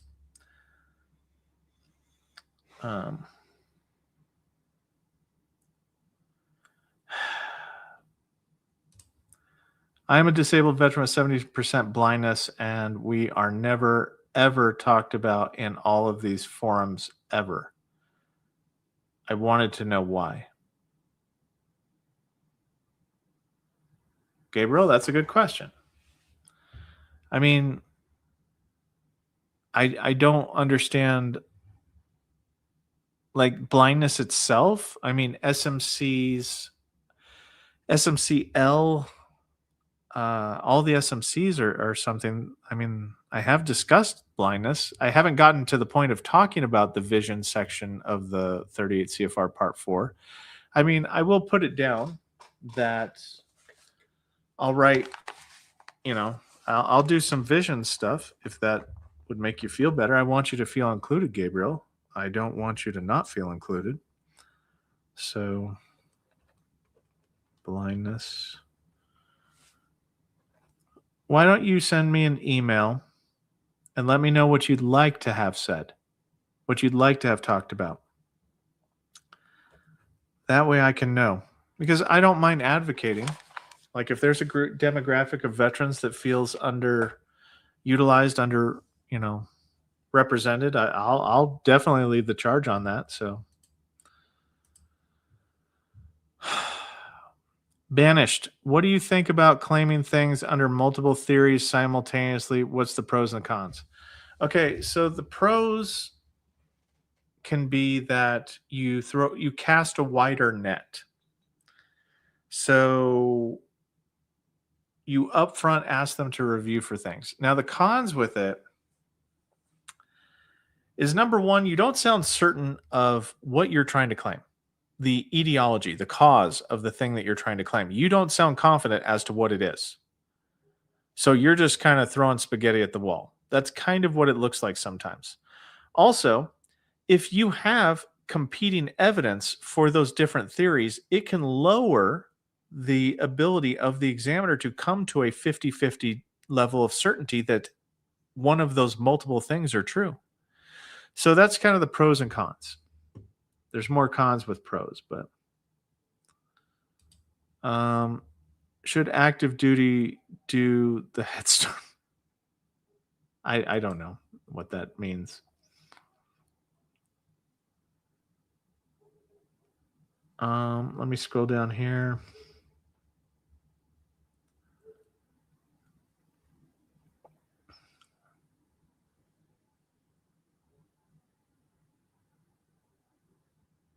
Okay.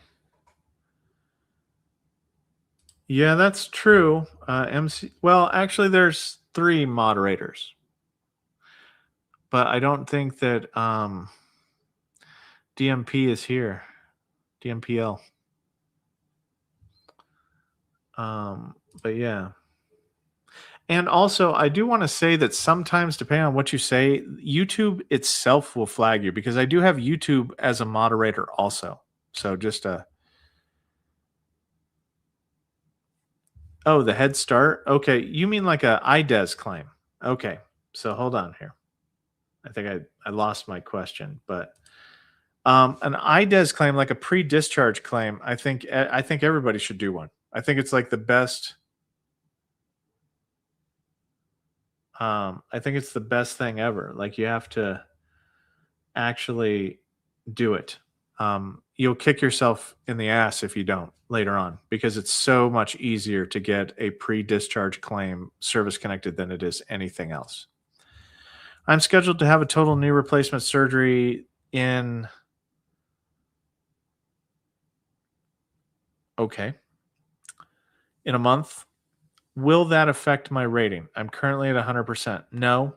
Okay, actually, hold on. If you have it at a VA facility, it will create a claim to review to see if any additional benefits can be awarded to you. Because technically, you could get potentially S1 for the period of time for your convalescence. Because SMCS1, statutory housebound, is for instances where you have a single condition rated at 100% and other conditions when combined equals 60. So if you don't have S1, then you potentially could get granted S1 for a temporary period of time. That's like $400, $500. So keep that in mind.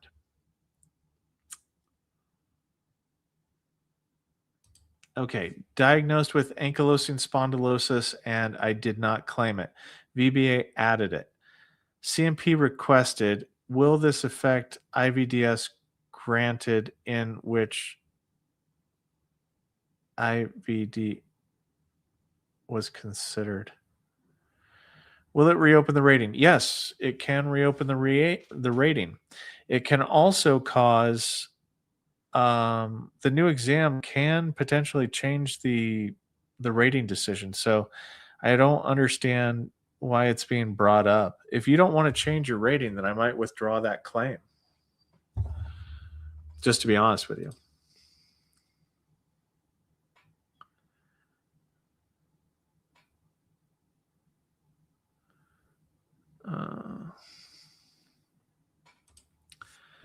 All right. Might be off topic. Has anyone heard about the Head Start program? You got to go to a clinic for 2 to 3 weeks. They check you. Okay, so this is a pre-discharge claim. I would do a pre-discharge claim all day long. I would do whatever they want all day long. So much easier to get rated pre-discharge. Is the criteria used to determine that an independent medical opinion is sufficient for rating purposes the same as the criteria used as a private DBQ? Yes. It's the exact same thing. Both documents go through the exact same review process. So they should. Now, here's the stupid part of this. Do you guys want to hear the stupid part? Is that depending on the rater and the VSR, they can apply different, not every single rater and VSR apply the same aspects of it the same way. So you can have some raters that apply it more diligently than others. You can have some VSRs that only apply certain aspects of it. This is why, in my personal opinion, the VA is against that legislation that would make it to where anytime a private DBQ or medical opinion was disqualified, they'd have to actually specify why it was, why it was disqualified. The problem with that is that then you'd have to say the quiet things out loud. You'd have to actually say, "Oh, I just did it because of this," or "I did it because of that." And the days of just these silent no's goes away. So that's kind of why I think that they don't want to do it. Just my opinion, though.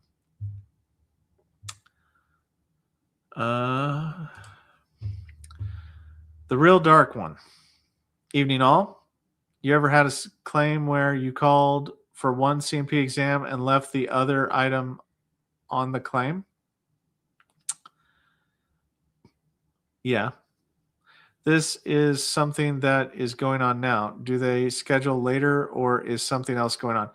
If sometimes, like you'll claim things and there's just not enough evidence to actually warrant an exam for the other conditions. Okay. Jarhead. Wow. Okay. But so yeah, so I mean it can happen if it was erroneous and you should have gotten a second exam for it. They might have done an ACE exam for it. That could be a different thing. I mean there are a lot of different ways that could go down.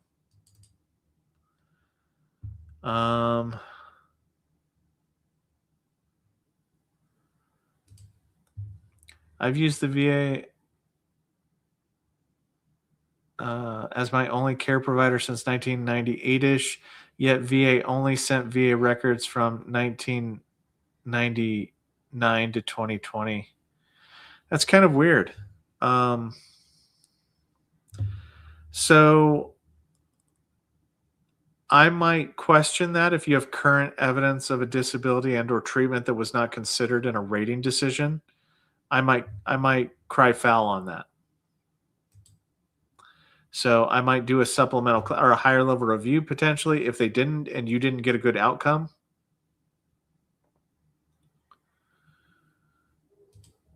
Flexman, I don't understand what you're talking about with that. Like, what's vague shit? Like, I don't get it, man. It's tiring me out.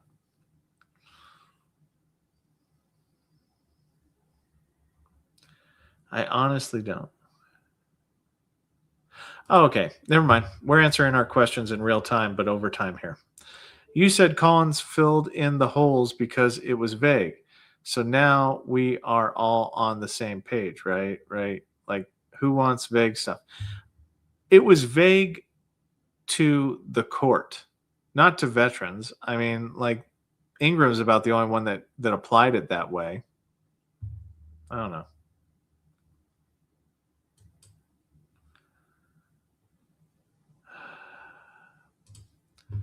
TX Mountaineer. This statement, if medication or other treatment lowers the level of disability, the rating will be based upon that lowered level disability. Isn't that a catch-all? It can be, yes. The salty old Marine here. I liked Salty Old Marine's video on it too, on the changes to the 38 CFR 4.10 for the medication changes. Ingram v. Collins. I liked his video. You should go watch it. I did. I even gave it a thumbs up. Let me see here. I'm scrolling down to the bottom. I heard a little Macho Man Randy say, "Oh yeah, buddy. Oh yeah, brother. We're gonna come in here and we're gonna get the Collins." I filed for a mental health increase for GAD, but Optum VA scheduled one exam for PTSD, which I did file for. Okay. Optum added another exam for behavioral health. Do I make sure I let my examiner know only to use the non-PTSD? No. You want, okay. It's fine if they send you for two separate exams. The PTSD exam is the more thorough exam out of the bunch. So the PTSD exam has everything that the behavioral health exam has, but more. So if one of them has to be completed, the PTSD is the better one to do. Okay. Because even if they don't, like, let's say they don't diagnose you with PTSD, they diagnose you with like GAD or something like that. Even if they do that on the PTSD DBQ, it doesn't hurt anything because the symptoms are represented the same on both documents. So it's just better because you can rate another condition off of a PTSD exam.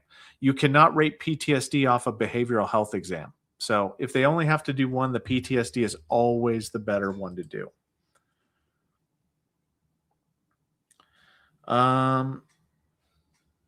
Let's scroll down here. 7:04. We're at, what time is it? 7:23. I'm catching up. Nothing much, man. What's going on with you? I'm just answering questions.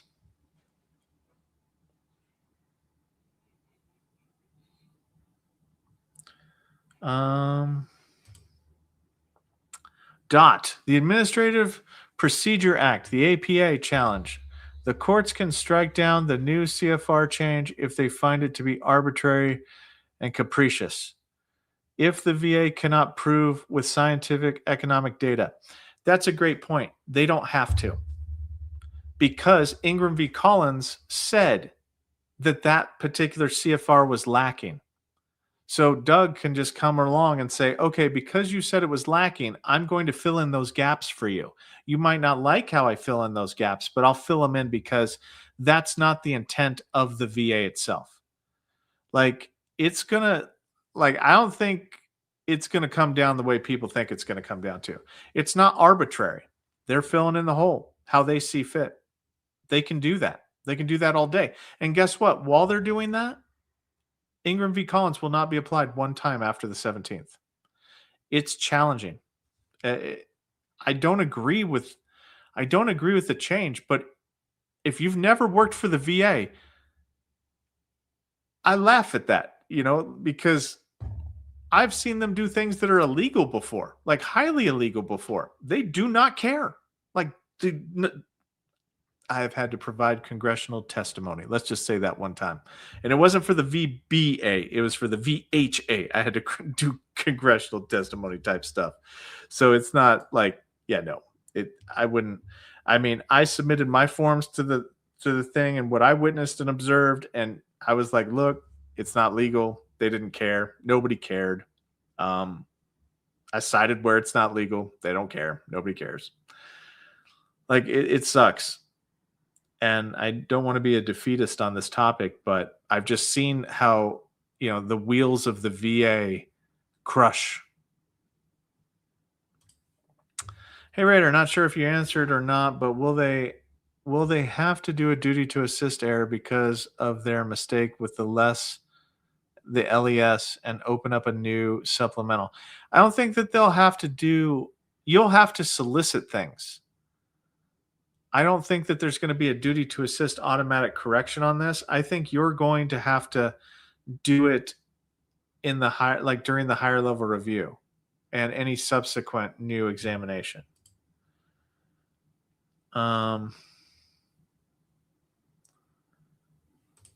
It appears to me that the change is to bring about the change to OSA, tinnitus, and the others without waiting. Nope. This has nothing to do with it. He honestly meant the 350,000 backlog. If Ingram v. Collins is left unchecked, it's going to create a backlog that he can't process. There's no amount of claim processing, even if you go Philadelphia fast. There's no amount of claim processing that can actually keep up with having to redo all the Ingram v. Collins without putting some claims on the backlog, which would make him look bad. He does not want to look bad. So he will actually, it'll take years for anybody to try to challenge him in court on this. So, I mean, he's going to protect his numbers more than anything else. And this is very VA, by the way. Cooking the books, doing things to make it to where things don't look bad, that's very VA.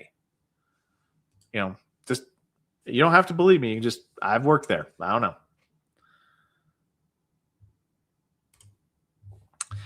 Thank you for the donation, Dot, by the way. If a veteran service organization like VFW and whatnot sues the VA immediately after the rule is finalized, a federal judge can issue a stay or a preliminary injunction. I get that. But guess what? They have to beat it because they're going to have an SOP in there. Nobody's going to follow. Like, this is do you like your job? Nobody's going to give a shit about what the fuck the VFW has to say. Nobody's going to give a shit about anything else like that. There's a little bit more of a reason why I don't want to work there, okay? Is because nobody's going to give a fuck what this has to say. If Dougie says, don't do that, and you do it, guess what you're not going to have anymore? You're not going to have a job anymore. Zero fucks given, okay? I mean, I get what you're saying. I hope it goes through. I really do. But guess what? The VA doesn't give a fuck. Because by your own admission, this shouldn't be possible even to begin with. And he does not care. This man does not give a shit. He's doing it. He's like, chase me, bitch. Catch me. Like, he doesn't care. Like, it's going to go through. And until... Yeah, well, I mean, I'm sorry, Robert. We're long enough into the stream, but I mean, I know how this, like, I've worked there. It's weird. But some would say that he doesn't have the authority to do what he's doing. And guess what? You're the victim of the impossible at that point in time. He's doing it. It's happening. The VFW, I don't know if they can even pony up to the table. They're too busy glad-handing themselves to actually figure out what to advocate. I still haven't heard one word from them. You probably got a good 6 months under your belt before they actually engage in this, if they ever do. Okay?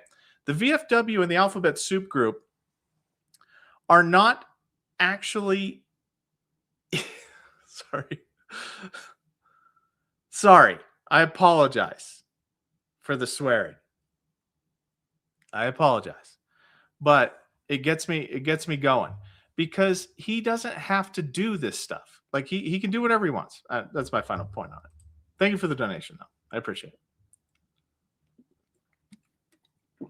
But I am sorry. I try not to swear on these, but I swear so much. I am using StreamYard, yes. I try not to swear on here just out of courtesy, but sometimes, man, I can't. I cannot, and it's not that anything that Dot said that was wrong. It's just the fact that he's doing what he wants. Like Doug Collins is just doing it. He does not care. As for the treats for Zoe, then. Okay, well, thank you. I want 2 900-pound dogs. Oh, wow. Okay. And I mean, that's a good point, though. This is just another readjustment. Vets will figure it out again, and then the VA will adjust again. I don't think we're figuring anything out. Like, it's just returning it basically back to where it was. And there's a lot of people who have a the law is the law thing. And I get that. But then the VA comes and does the exact opposite. And they find a loophole and they find a way to get around it. And this is the way that Doug Collins wants it. And he's, it's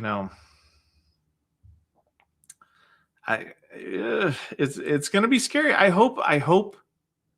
honestly hope that it sides with the veterans on this, that we get to keep Ingram v. Collins. Please don't disagree my stance. Don't misunderstand my stance on this. My stance is that, yes, I hope we get to keep it. But I think Papa Bear is not going to let this one go. Zoe, can you please stop kicking the bed or not the bed, the desk.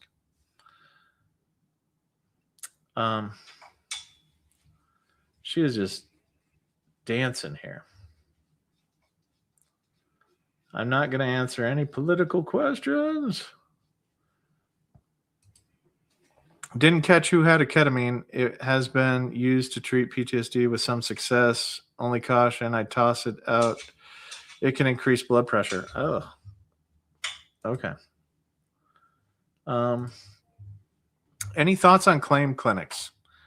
I think they're cool because they're kind of an all-in-one type scenario. So they can be very beneficial.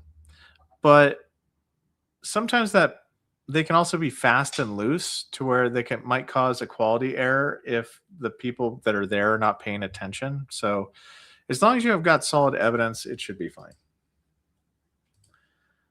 Bad CMP examiners did one range of motion only for the hip, knee, back secondary claim. Decision came granted secondaries, but examiner made up the range of motions but low. How to appeal? I'd do an increase, to be honest with you. I'd do an increase with current, just because I wouldn't want to try to screw up. I wouldn't want there to be any potential to screw up my service connection on the topic. I would probably do increases and show objective evidence of range of motion. So have your doctor do range of motion, or have your physical therapist, if you have one, do range of motion type measurements.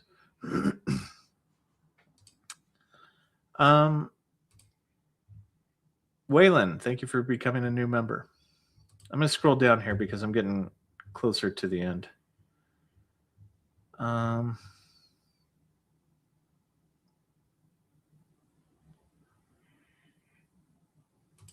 I acknowledge your concern.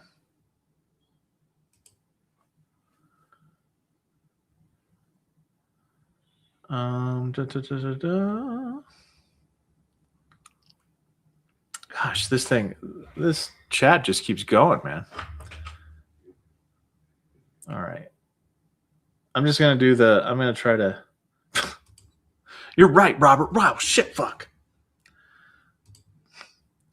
Currently 30% for PTSD, had CMP for increase. During examination, mentioned suicidal ideations and gave examples which reflected in DBQ, but examiner said no suicidal ideations on CMP. Will the rater catch? Hopefully they'll catch. If not,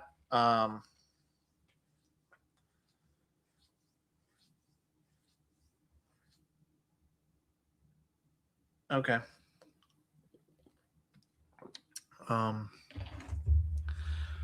So I don't,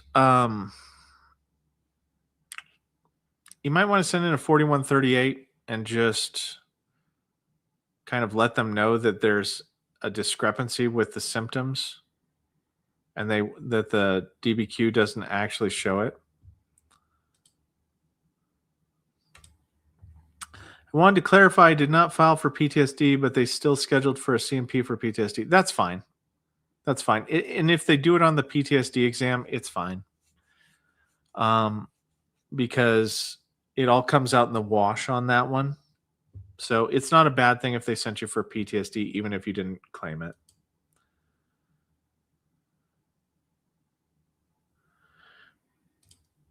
I actually like being a rater.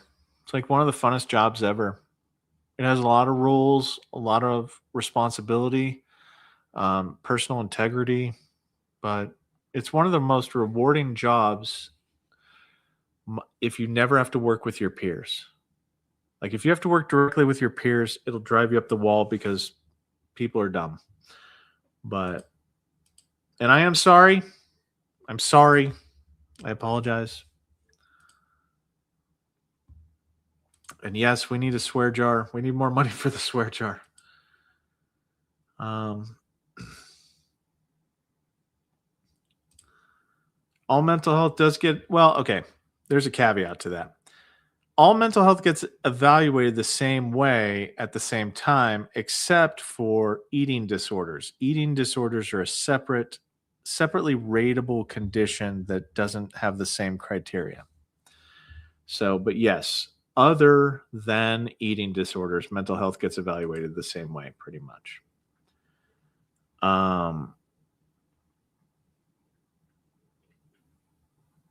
I think it's, yeah. Collins was in front of Congress 3 days beforehand. And I think there's a reason why this was delayed. I agree.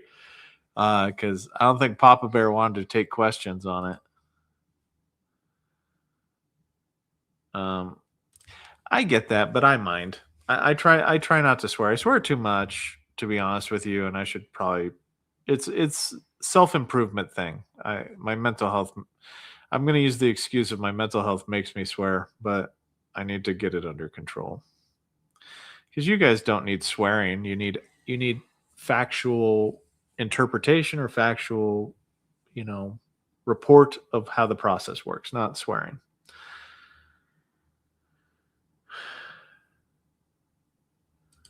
I think I'm going to comment on the interim rule too, like whenever it comes up. But the question is, what is a meaningful question going to look like, Bob? To help people to understand, like how do they challenge the change, right? Because they have every right to make the change that they want to make.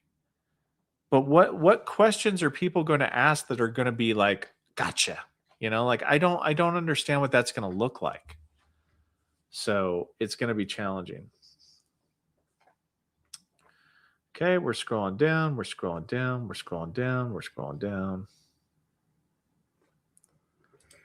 What do you think happens to a vet who gets flagged by the BI and gets ordered to a CMP examination and say they get a rating lowered because of the new rules or whatever? Will the VA then say you committed fraud? I think there's so many different flavors to this that I think that there's the fraud side of it, which, I think everybody can agree that if people openly committed fraud, then they should get what they get. Then there's the people that, well, maybe things don't line up and it looks really bad. Let's do a new examination. And I think that people that get new CMP exams and get lowered, that should be the punishment. Or I don't think a punishment is the right word. That should be what is the remedy probably for it. They should not pursue fraud in every single case. I disagree with that. If it was just or if, the evidence wasn't there to quite give you that much, do a new examination, lower the veteran to, or raise the veteran or lower the veteran to whatever they should be. The thing that a lot of veterans need to understand is the reason why they did away with routine future exams is because whenever they would send a veteran for a reexamination, oftentimes they get rated worse than what they were beforehand. So that's why they stopped doing them, is because it was just actually, it was unsolicited times whenever the VA had to pay more money when they didn't have to. If they wouldn't have said anything, they wouldn't have had to pay more money. So I don't know.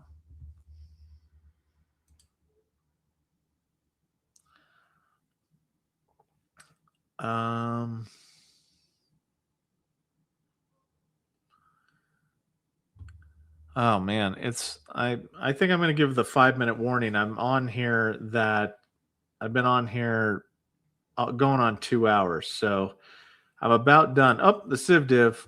We don't use bad words. Well, we do here, CivDiv. We do here.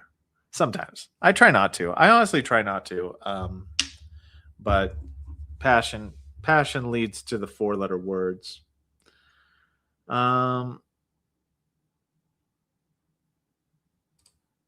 I say the challenge, how is okay to push vets back on painkillers to manage their symptoms? I don't think people left the painkillers in order to for anything. Like I see I don't think it has an influence here. I don't see the connection between not taking your meds and taking your meds, right? Because that's what the Ingram v. Collins was so that way people would still keep taking their meds consistently, and then they'd be rated based upon what the non-medication. But that's very hard. I'll be honest with you. That would be challenging to prove that. It's a nightmare. Like it's a nightmare to prove how somebody uh guys, leave them alone. I don't want to get into that. Don't drag me into that, okay? Um but yeah, I don't know. The painkiller thing, I don't know.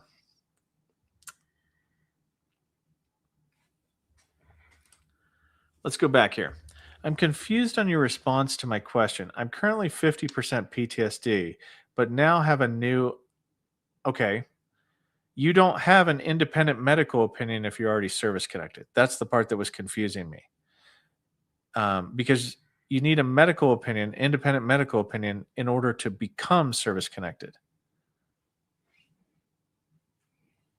If you have a new DBQ, you should do an increase on it, on the claim.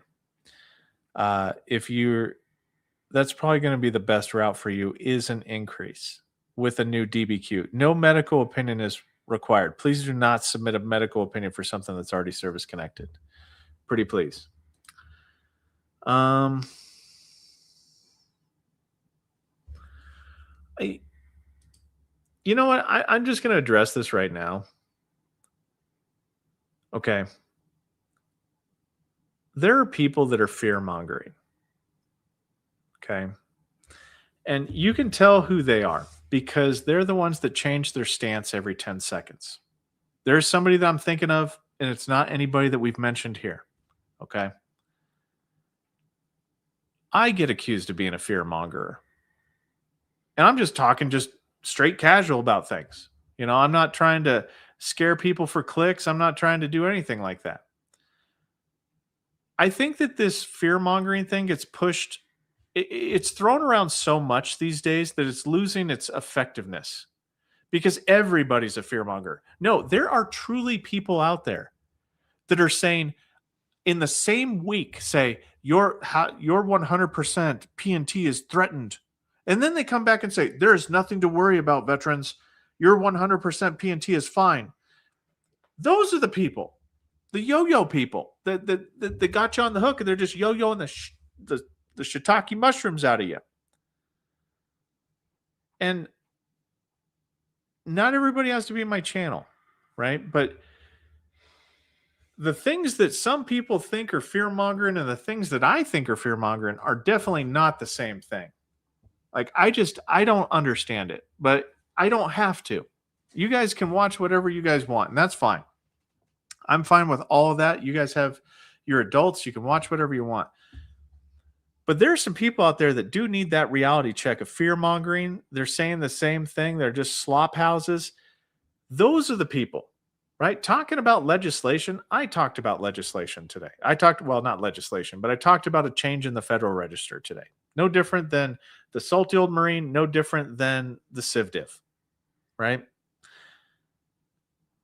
And whenever I made that video, do you know what was going through my mind? I'm going to catch heat on this for fear mongering. When reporting anything these days is fear mongering. If it ain't fucking covered in flowers and puppies, it's fear mongering. And you know who's saying that a lot? The people that are fear mongering, that want to muddy the water, so that way they can't get called to the carpet for fear mongering. I don't know, just my own personal opinion, guys.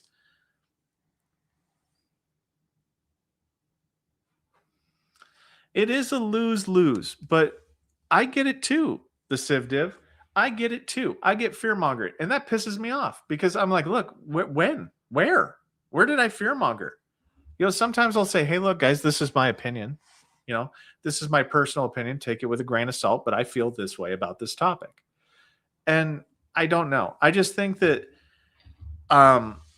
some people are just honestly just trying to, I don't know. They're that 5-year-old kid that just runs up to you and hits you and then runs away and screams, "Mom!" I don't know. It's weird. But then again, I'm not good at YouTube. So I'm not a bully, but I play one on TV. All right.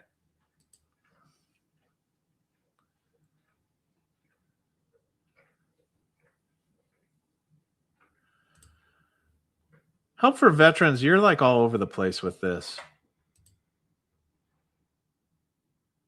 Very weird. Little trolly, too. I mean, I'll take that. I'll take the fact that you're a little trolly. It's okay. It doesn't make you a bad person. But it can be a little challenging at times. I mean, I plan to. I plan to keep doing what I'm doing. I mean, I'm just putting out videos and whatnot. The lives are where I get vulnerable to is because somebody can say stuff and it gets weird. I don't know. But I'm just going to keep putting out videos. I mean, but you guys have to understand that there's no easy way to talk about bad things.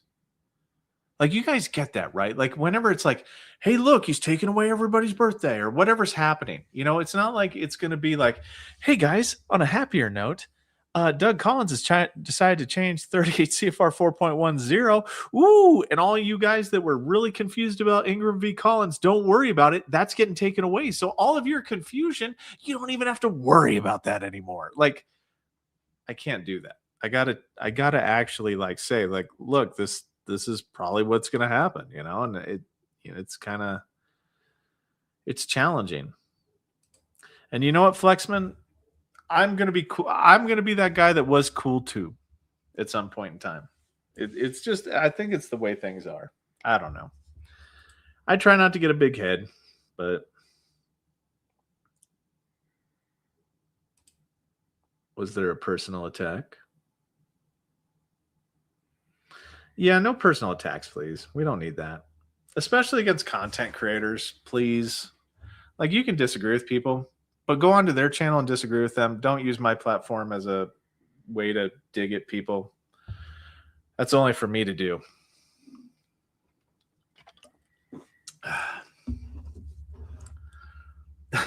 John Michaels. Fuck. John Michaels coming off the top turnbuckle, brother. I don't know. But anyway, guys, I'm a little bit tired. I'm going to be taking off soon. So here's my summary. I think that I think number one, change is happening. We can all see it, right? Like, everybody can see that there's change that potentially is coming down the pipe little by little, right? Some of it's going to be good, some of it's not going to be good. We have to roll with it.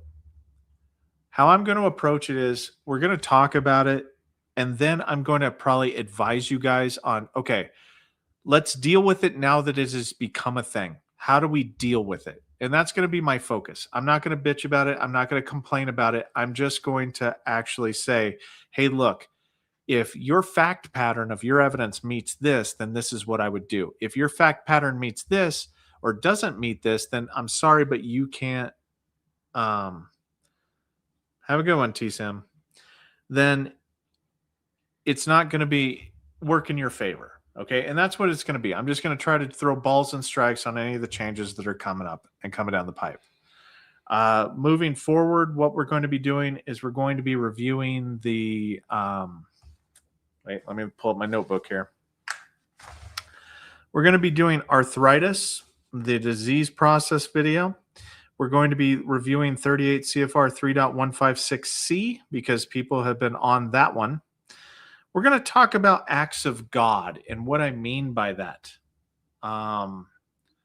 So we're going to talk about, I'm going to do videos about that. I'm going to do a video on the TDIU, how to file TDIU a little bit better.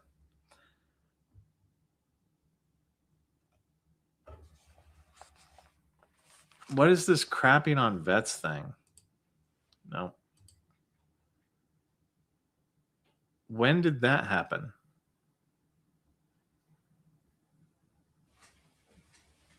I don't understand this. What do you mean by that? I can try, Tubby. Can you repost it? For the Java fun. Thank you so much.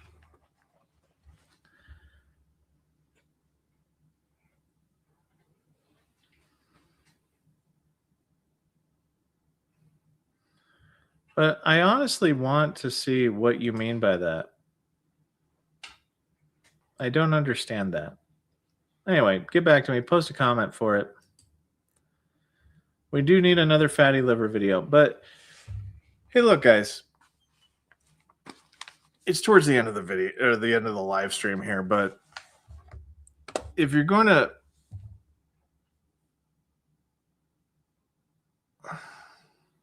No help for veterans. Nobody does. That's what makes it scary. Like, that's the reason why to make a video is go, hey, look, guys, something's changing. I don't know what it's coming down the pipe. Like, this is the reason to make a video. Because even though, like Dot said, hey, look, we need to notify the VFW to file some kind of, to get some kind of clarification or something, to make some legal action. Like, that's the part about this that I'm like, I don't understand why some people get so wound around the axle about things, especially if somebody qualifies that it's their opinion. Hey, look, I don't know what's happening yet, but rather than being a victim of it, I'm going to talk about it. This is my interpretation. This is how I feel. Like, these are my thoughts on it. That I'm speculating. I preface this pretty well, you know.